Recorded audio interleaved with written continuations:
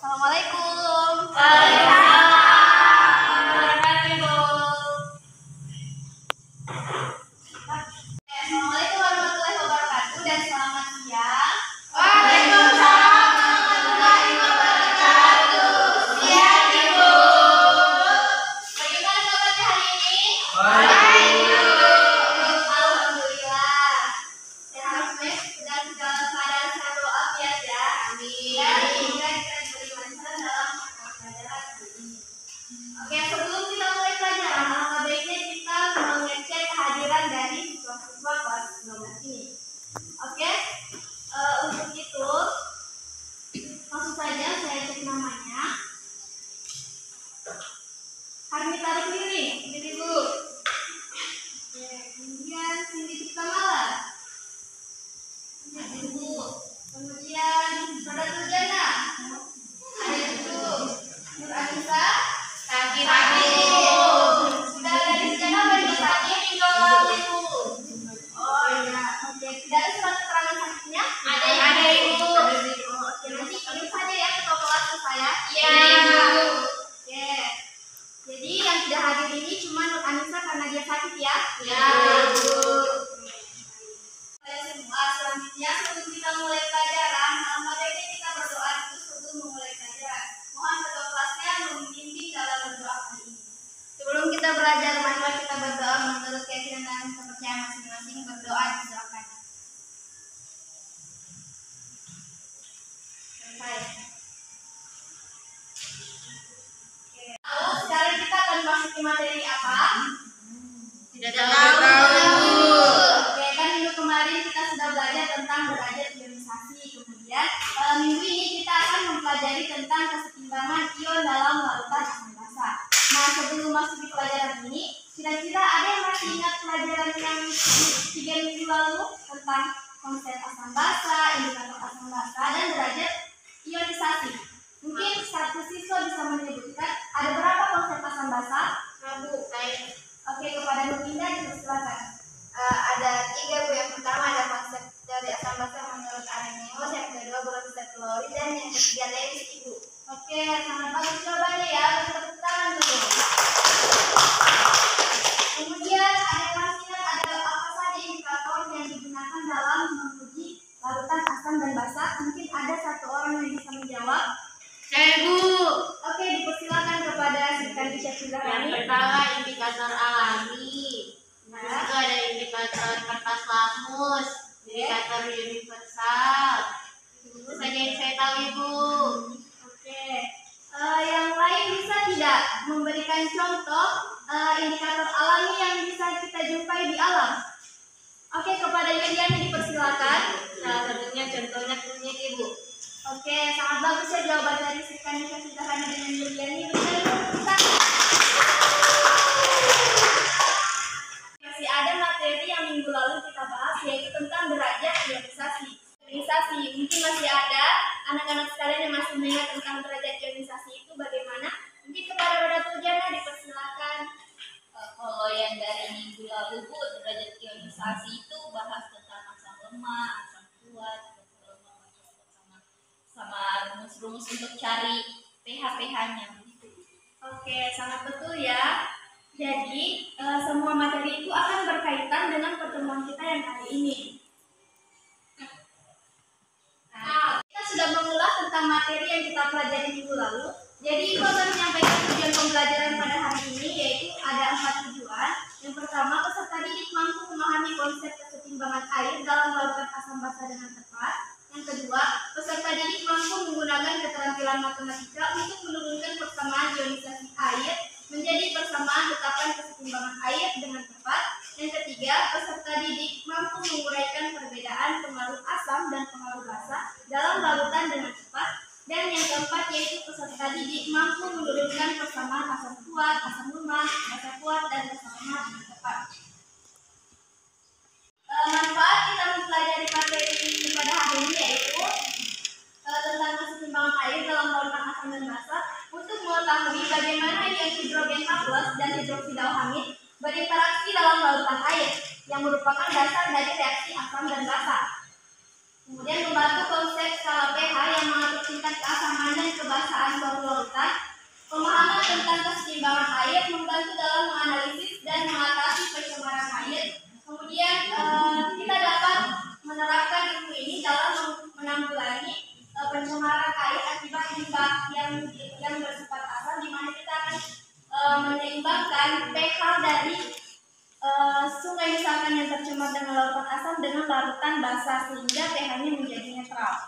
Nah, sebelum kita memasuki kegiatan inti, alangkah baiknya Ibu Guru akan menjelaskan role penilaian dan kegiatan pembelajaran pada hari ini. Jadi untuk penilaian pada pembelajaran ini, Ibu akan menilai kekompakan kalian saat bekerja sama melakukan praktek. Nah, praktek yang kita lakukan di sini kita tidak praktek secara langsung, melainkan kita akan menggunakan aplikasi Padlet, di mana kita akan menguji pH dan mengetahui bagaimana pengaruh asam terhadap penambahan air. Nah, kemudian yang Ibu nilai itu tentang cara penyampaian hasil diskusi. Sebelum kita melakukan praktek, alangkah baiknya kita memahami tentang materi ini. Nah, di sini Ibu akan menampilkan video tentang kesetimbangan ion dalam larutan asam basa. Mungkin anak-anak sekalian bisa melihat di video ini. Jadi di video ini ditampilkan tujuan pembelajaran yang akan dicapai. Kemudian dijelaskan tentang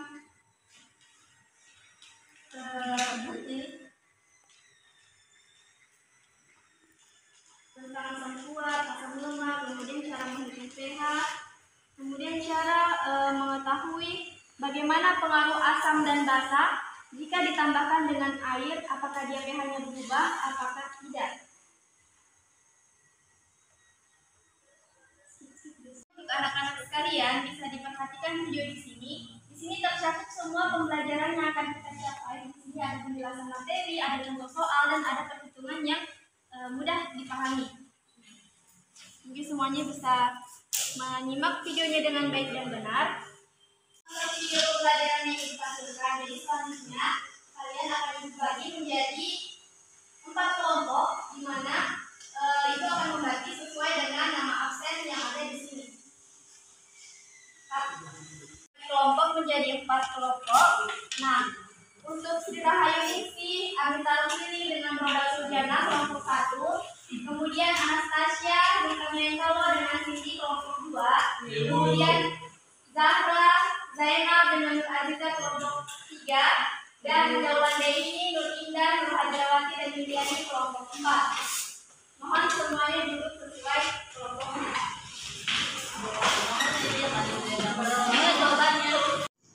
Video kita akan sudah ada LKPD. Kita memberikan LKPD ini yang akan kalian isi.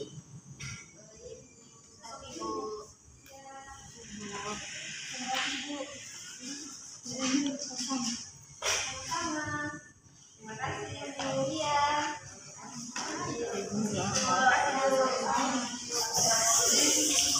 Oke, jadi kalian semua telah menerima LKPD-nya ya. Jadi silakan simak dengan baik-baik isi LKPD tersebut, dan jika ada yang kurang jelas mohon ditanyakan ya. Ya Bu. Oke, setelah kalian memahami LKPD yang diberikan, saya kira kalian sudah mengetahui jalan alur dari LKPD tersebut, dan ada beberapa pertanyaan di dalam. Langkah selanjutnya yaitu kalian mengisi lembar kerja peserta didik, di mana di dalam lembar peserta didik itu terdapat 5 soal. Sebelum kalian menjawab itu, alangkah baiknya kalian melihat dulu petunjuk penggunaan LKPD-nya. Nah, di LKPD di situ kan kita melakukan praktikum. Nah, praktikumnya kita ini kita lakukan secara online. Nah, kita menggunakan aplikasi pH Scale. Di sini kita akan mengukur pH dari larutan-larutan yang ada di dalam LKPD tersebut. Nah, kita di sini akan melakukan praktek menggunakan aplikasi pH Scale, yaitu pengukuran pH. Nah, larutan pertama yang akan kalian uji yaitu apa? Aquades atau air. Water. Nah, kita di sini bisa melihat pH-nya yaitu 7. Kemudian jika kita ingin melihat unsur-unsur yang di dalamnya seperti OH- dan H3O+, H2O, ada semua di sini penjelasannya. Nah, ini ada nilai Ka-nya dengan KB-nya. Kemudian nanti nilai Ka dengan LKPD. Nah, semua lautan yang ada di LKPD akan diuji menggunakan aplikasi ini, yaitu PHScale. Jadi silahkan kalian mengujinya dengan seksama selama 15 menit. Jadi kalian silakan menjawab LKPD yang ibu berikan. Iya, Baik, Bu. Oke, silakan mengerjakan. Oke, apakah kalian semua sudah tahu cara menjawabnya? Sudah, Ibu. Kan coba bacakan dengan baik ya. Untuk kelompok ini apakah sudah mengerti? Ya Ibu, sudah Ibu. Atau ada yang kurang dipahami? Sudah paham Ibu. Kerjakan dengan baik ya. Ya Ibu, sudah. Kelompok ini bagaimana? Ada kendala? Tidak ada. Oke. Kerjakan dengan baik. Mohon bersabar ya. Kemudian untuk kelompok ini bagaimana? Yang telah kalian uji nanti akan kalian hitung kembali menggunakan keterampilan matematika. Kemudian kalian akan mencocokkan bagaimana perhitungan kalian dengan nilai PH yang kamu dapatkan pada aplikasi. Jadi seperti itu ya. Oke, baik Ibu paham Ibu. Oke, paham Ibu. LKPD sesuai dengan bahan ajar, kemudian tadi literatur dan video yang Ibu tampilkan. Nah, selanjutnya kalian semua akan mempresentasikan hasil pekerjaan kalian secara kelompok. Jadi Ibu harap setiap kelompok siap untuk maju ke depan membacakan hasil dari penyelidikannya. Langsung saja kepada kelompok 1 dipersilakan untuk menjawab soal nomor 1 dan nomor 2. Kepada kelompok 1 dipersilakan ke depan.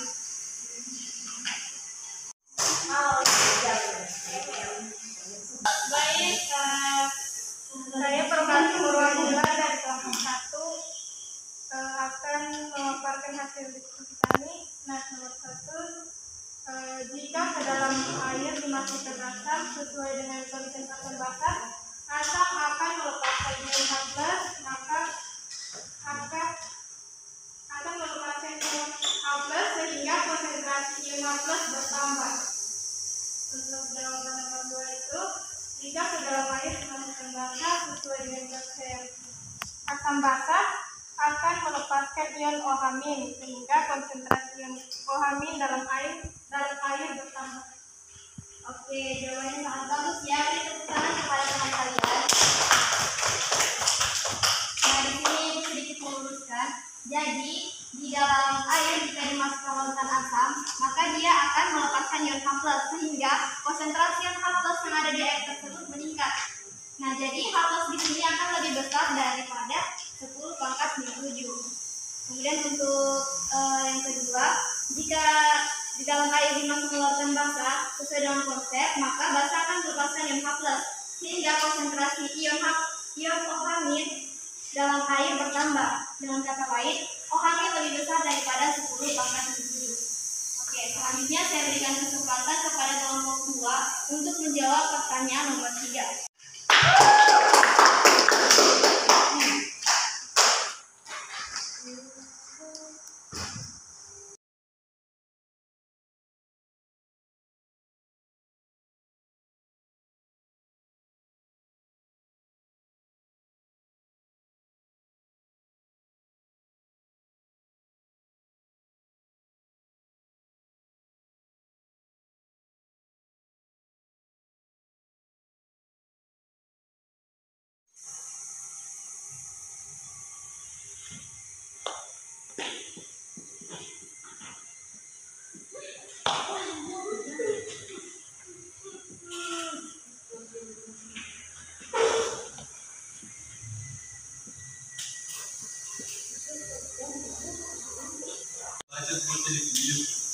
Jadi ini merupakan reaksi dari kesetimbangan.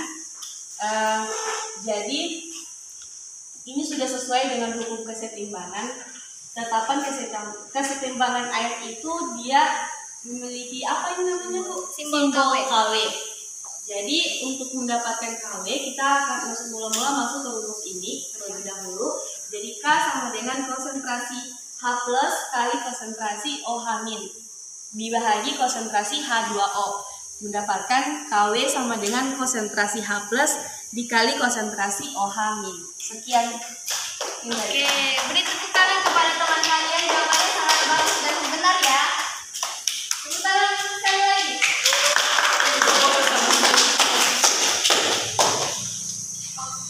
Oke, saya rasa jawabannya sudah jelas. Jadi langsung saja kita beralih ke pertanyaan nomor 4. Nah, di sini akan dijawab oleh kelompok 3. Untuk perwakilannya saya persilakan.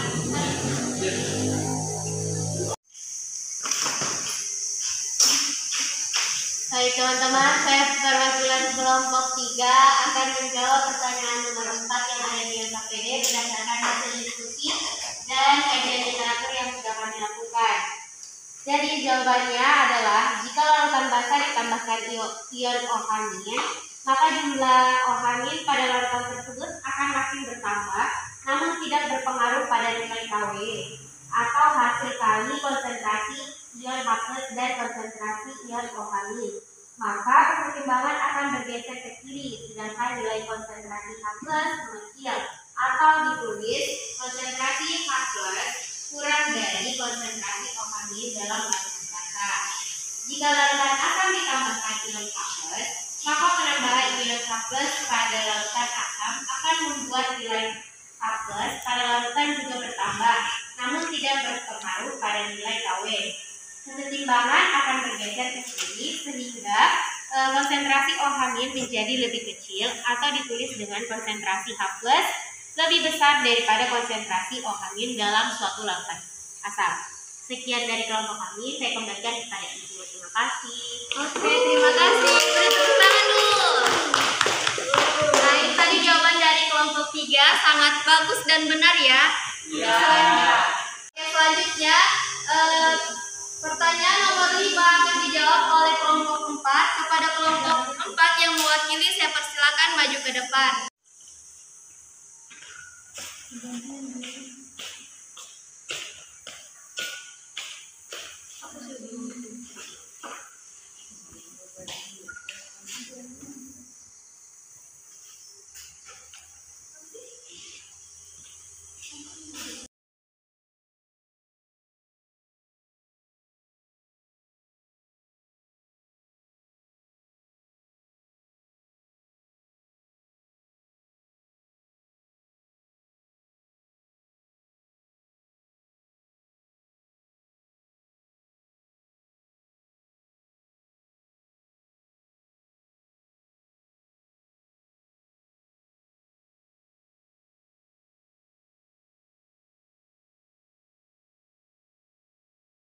Jawaban untuk nomor 4 untuk reaksinya yaitu H2SO4 menghasilkan 2H+ ditambah SO4 2-. Nah, untuk perbandingan koefisiennya itu kita lihat di sini H2SO4 1. Di sini 2H+ 2, SO4 2- itu 1.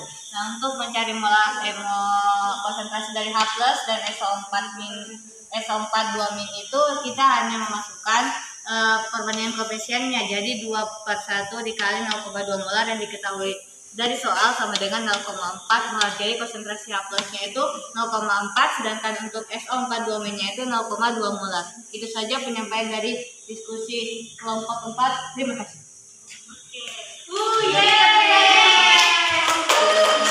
Kelompok 4 kami jaya. Jadi semua kelompok sudah maju ke depan untuk menjawab pertanyaan yang KTD. Jadi selanjutnya yaitu ada yang bisa menyimpulkan dari diskusi kita hari ini. Mungkin satu orang.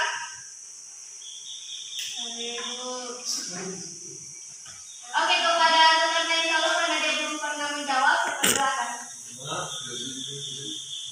Baik, terima kasih karena saya belum pernah menjawab. Jadi saya akan menjawab kesimpulan dari pertemuan pada pelajaran hari ini. Jadi kesimpulannya, jika ke dalam air dimasukkan asam sesuai dengan konsep asam basa, asam akan melepaskan ion H+, maka akan melepaskan ion H+, sehingga konsentrasi ion H+ bertambah, H+ besar dari 10/7. Jika ke dalam air dimasukkan basa sesuai dengan konsep asam basa, basa akan melepaskan ion ohamin, sehingga konsentrasi ion ohamin dalam air bertambah, ohamin lebih dari 10/7. Untuk kesetimbangan, Tetapkan kesetimbangan air sama dengan KW sama dengan konsentrasi H plus dikali dengan konsentrasi OH min. Dan jika larutan basa ditambahkan ion OH min, maka jumlah OH min pada larutan tersebut akan makin bertambah, namun tidak berpengaruh pada nilai KW atau hasil kali konsentrasi H plus dan konsentrasi OH min. Maka kesetimbangan akan bergeser ke kiri, sedangkan nilai konsentrasi H plus mengecil, atau dituliskan konsentrasi H plus lebih kecil dari konsentrasi OH min dalam larutan basa. Jika larutan asam tambahkan ion H plus, maka penambahan ion H plus pada larutan asam akan membuat nilai H plus pada larutan juga bertambah, namun tidak berpengaruh pada nilai KW. Kesetimbangan akan bergeser ke kiri sehingga OH min menjadi lebih kecil, atau ditulis H plus konsentrasi H plus maksud saya lebih tadi saya jawab. Terima kasih teman-teman. Oke, karena sudah diberikan kesimpulan kepada teman kalian yaitu Zulkarnain Kalo, jadi Ibu rasa hari ini pembelajaran yang kita lakukan sudah sangat baik. Dilihat dari antusias kalian saat menjawab pertanyaan di LKPD, kemudian saat melakukan praktikum maupun saat proses tanya jawab. Ibu harap semangat belajar kalian untuk materi maupun mata pelajaran yang lain seantusias ini. Amin. Nah, tepuk tangan dulu untuk pelajaran hari ini. Nah, karena ini merupakan materi terakhir dari materi asam basa, jadi untuk materi ke depan kita akan melakukan evaluasi mengenai materi asam basa. Jadi silakan kalian pelajari tentang konsep asam basa, indikator asam basa, derajat ionisasi, dan materi yang kita pelajari hari ini yaitu kesetimbangan ion dalam asam basa. Nah, setelah kalian mempelajari, Ibu harap kalian mempelajarinya dengan antusias, dengan serius, sehingga pada saat menjawab soal ujian atau soal evaluasi, kalian dapat dengan mudah dan mendapatkan nilai yang memuaskan. Amin. Amin. Oke, mungkin hanya itu penyampaian dari Ibu. Ibu harap kalian semua bisa memanfaatkan materi atau pelajaran yang kalian dapat. Jadi langsung saja sebelum mengakhiri pertemuan minggu ini, silakan ketua kelas memimpin doa dan Ibu rasa cukup. Sebelum kalian mengakhiri pertemuan minggu ini atau pertemuan hari ini, silakan ketua kelas memimpin doa untuk menutup pelajaran kita kali ini. Baik teman-teman, sebelum kita kembali ke rumah masing-masing, alangkah baiknya kita berdoa demi apa yang kita pelajari hari ini bisa berguna dan bermanfaat bagi masyarakat luas di kemudian hari. Amin. Berdoa dimulai.